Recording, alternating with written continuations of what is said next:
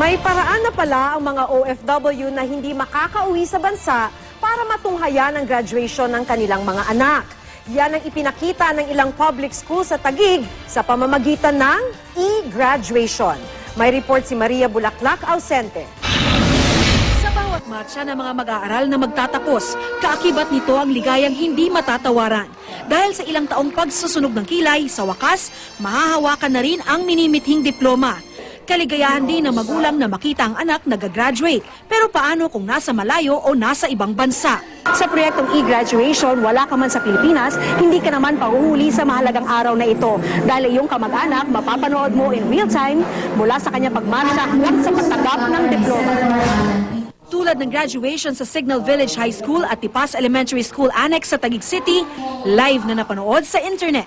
Sa website ng munisipyo ng Taguig, hanapin ang e-graduation icon at mula roon ay maaari nang pumili ng paaralang papanoorin mula sa 34 na mga pampublikong elementary at high school ng lungsod na nakaschedule sa buong linggo. Kaya ang graduating high school student na si Jomel Taduran kaagad nag-video call sa inang nasa Hong Kong. Ipinagmalaki pa niya ang natanggap na diploma at medalya bilang top 1 sa kanilang klase. Makikita niyo po maya-maya yung video po na tumatanggap at nagmamatcha, tumatanggap siya ng diploma itong si Jomel. Masaya po ako. Hindi ko nga po alam kung hindi ko masabi.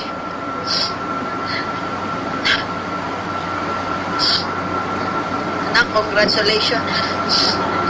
Kahit wala si Mami, nag-aral kang maigi. Hindi naman napigilang maiyak ni Aling Margarita. Sa 10 taong pagtatrabaho raw niya bilang domestic helper sa Hong Kong, ni minsan daw ay hindi siya nakadalo sa graduation ng anak.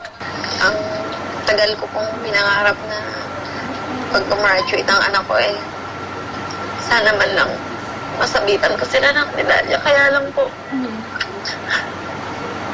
hindi ko po magawang umuwi.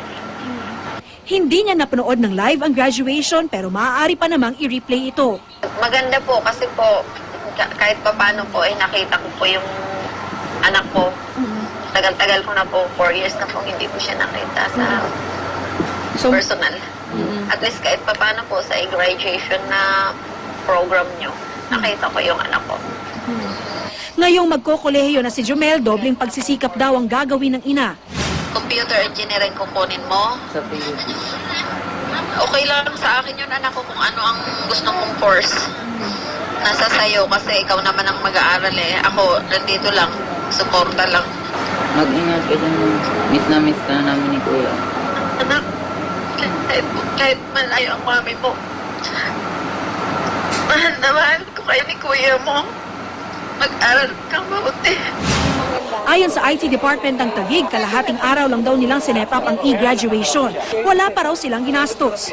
With an ordinary laptop and a DSL connection and a camera, you can broadcast. Naasahan namin na hindi tayo magsasuffer sa mga technical glitches at magawa natin ito sa Kalakhang Taguig. Pagsunod na rin daw ito kasi ng lungsod sa itinakdang no graduation fees ng DepEd.